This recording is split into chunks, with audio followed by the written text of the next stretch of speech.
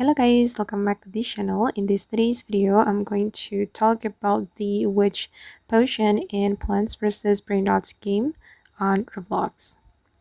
Okay, let's get into it guys. I have already applied the Witch Potion. Okay, as you can see right here, the Witch Potion is being applied.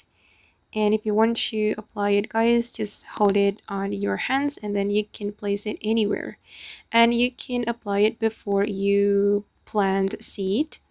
Okay, and the Witch Potion has ability or function to boost the chances of a plant getting a mutation when grown.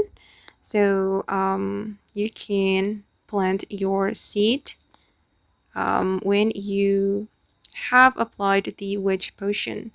And wait guys, let me plant my seed. I'm going to plant the eggplant seed. Okay, right here. Oh, okay. You can see the effect, right? And wait, I'm going to add the watermelon seed. Okay, I'm going to place it here. Okay, and the Witch Potion is being applied while I'm planting my seed. Okay, let's plant another seed. I'm going to plant, okay, this cocoa tang seed. Place it here.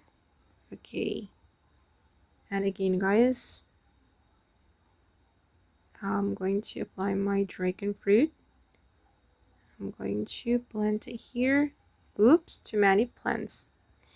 And yeah, basically you can apply it before you plant your seed, and it will boost the chances of your seed getting a mutation.